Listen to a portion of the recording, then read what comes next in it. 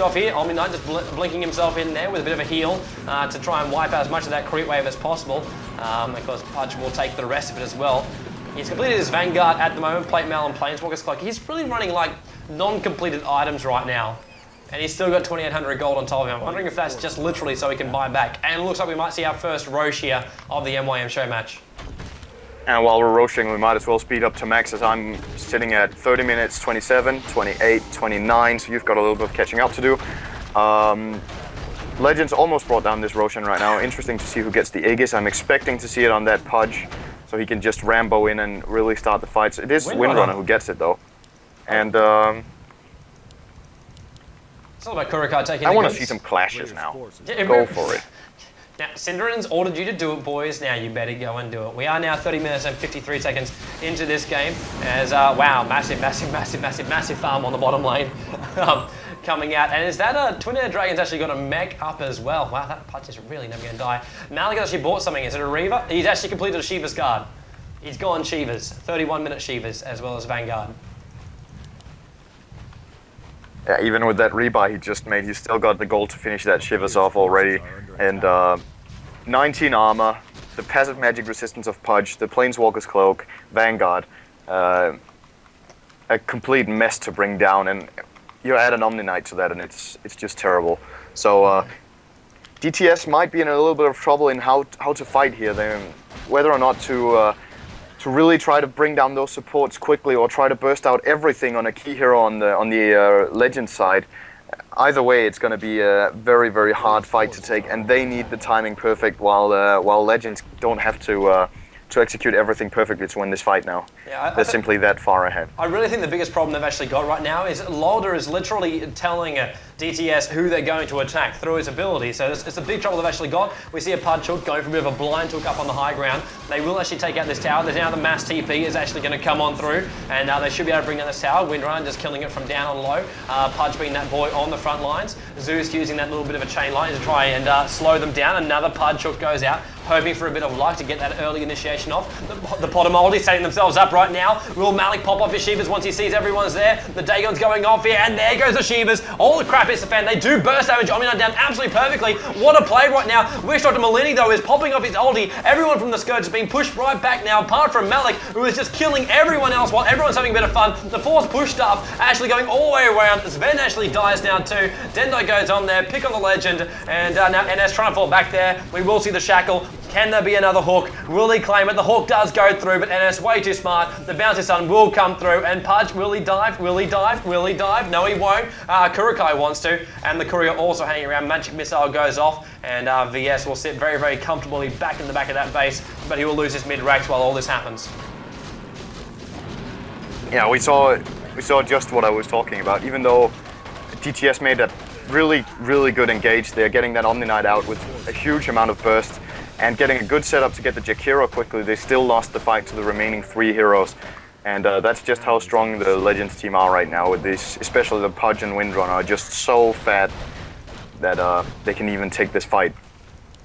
Yeah, that they can. They're going to get themselves back into their other lane, so they're all being pushed out right now with the tier 1 tower on the bottom lane. Well, it's basically gone anyway, so Malik is going to farm up that lane to his heart's content. Quite easily do so as well. More and more freaking gold in the back of him. 2,800 he's currently sitting on with that Shiva's Vanguard already up, and we're only 33 minutes into the game. Mech fires off on the top. What do we got here on Kurukai? 2,400. Winsu, 4-staff, phase boots as well. Jump yourself up to Twin-Headed Dragon, running around with the Gem, Mech as well as Arcane. And Omni-Knight, what do we got for him? Mystic Staff, Vanguard, as well as Achillean's Dagger, and he best to put all his money into his items at the moment, so only 200 left in the bank. And he looked towards the DTS side, and it's pretty damn thin here, Synd. Yeah, just only a blink up on Sven. The bottom did finish off a Yasha after that Diffusal Blade, but looking far, has to look far for that Manta.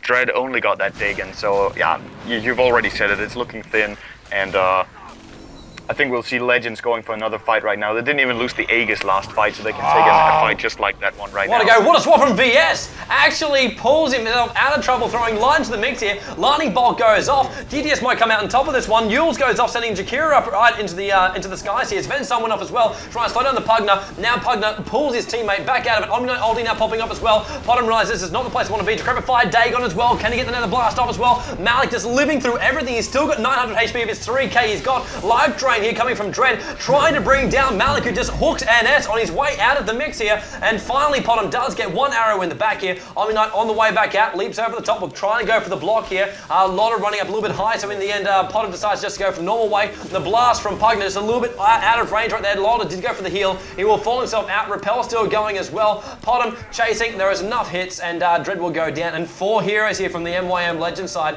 going down, as well as Windrunner. The Aegis pops off here, and Kurukai, if he goes down here, it will be genocide. Dendai trying to keep up with him right now. He can blink himself right in front of Kurukai if he wants to, but Kurukai with the Windrunner, he actually 4-stars himself over the edge of the cliff here. Power shots back up to see a bit of vision, almost claims Zeus's life. He's down 150 HP just there. The Sven blinks in, and Kurukai should die here if Zeus can get in range for a lightning bolt. No, he can't. Sven is forced back here by the Super Starsman creeps. In fact, Kurukai wants to push the presser right now, and there goes lightning bolt, sends him up in the air as well, but Light actually gets brought down by Kurukai. Y actually got cycloned up, and Sven now blinks in, does actually get the kill, bounces some between Potom as well as Sven, making their life a living hell, as well as the Malik really hurting Sven as well as the crew being in the middle of that. But 27 to 35, and what a lucky regen rune for Sven to actually find just then.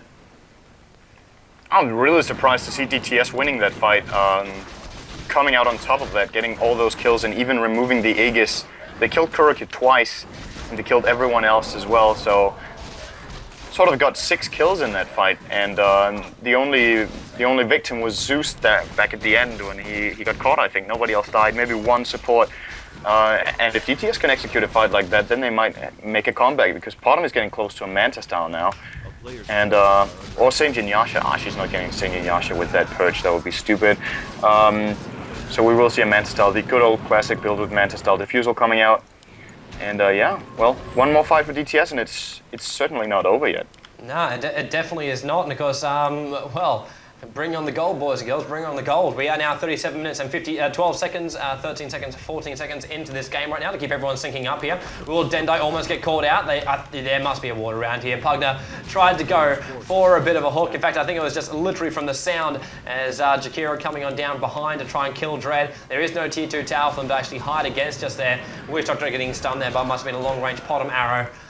Nothing going to come from it though. 27-35 is the kill count. Will they try and actually push through a lane here? MYM realizing the DTS winning a couple of the battles. Even then, Sven teeping back towards base in preparation. Needs to heal up to make sure he's going to be ready to actually fight here on the bottom lane. I think MYM have really realized the fact that DTS is getting control back here. They can't allow this. They need a second Rax. They need to claim this Rax. If they don't, then DTS has a chance to come back. But coming out from 2 Rax is almost next to impossible against the MYM Legend side. Potom ulti will let them actually start this one off right now. They're all in play. And once again, Loader is the target. Good Frost Field actually going straight up there and catching 3 of the heroes. And Zeus teeping it, cycling himself right up in the air here. But it's just way too much damage coming out there from Jakira. We will lose our entire DTS side. Triple kill coming out from the big twin-headed dragon. That is just so much damage, and Dread dies as well. Complete genocide. We will lose our bottom racks, and they will be able to push through, take out the tier 4 towers, and open the world tree up here. They've got at least 30 seconds worth of fun play time. In fact, there's the GG call coming right out there. The DTS side realise they don't have enough time to actually respawn themselves back up and come back out again. So that is the end of match 2 here for the MYM show match.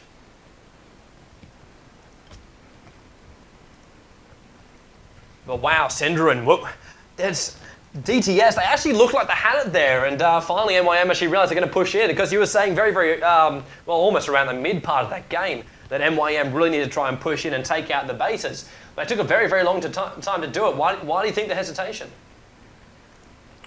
Well, I'm not sure. Maybe they were a little bit afraid of making the move and just wanted to play it safe. But I just feel like MYM, apart from that one fight at the end that DTS got the control of, we should stop calling them MYM and calling them Legends. The Legends. But Legends just really had that one all the way from the start, almost. The start was 6-6 at some point, and from then, Legends just got more and more ahead until that last fight they lost, and then yeah, you saw the team wipe. As soon as DTS didn't execute it perfectly, they just got wiped instantly. And well, I think perhaps the fights that DTS won were because MYM weren't positioned well enough, because you saw at the last one, DTS in their own base after winning a fight, they took a straight 5-on-5 face on and got completely stomped. So well, that on ulti, if it hits everybody, it's going to be hard. On the plus side, we do have more matches coming up, so guys, don't go anywhere. This is the end of match 2 for the MYM Showmatch. Myself, Tobi Kenobi, as well as Synd, giving you all your shoutcasting goodness tonight. We, of course, will be back in just a moment.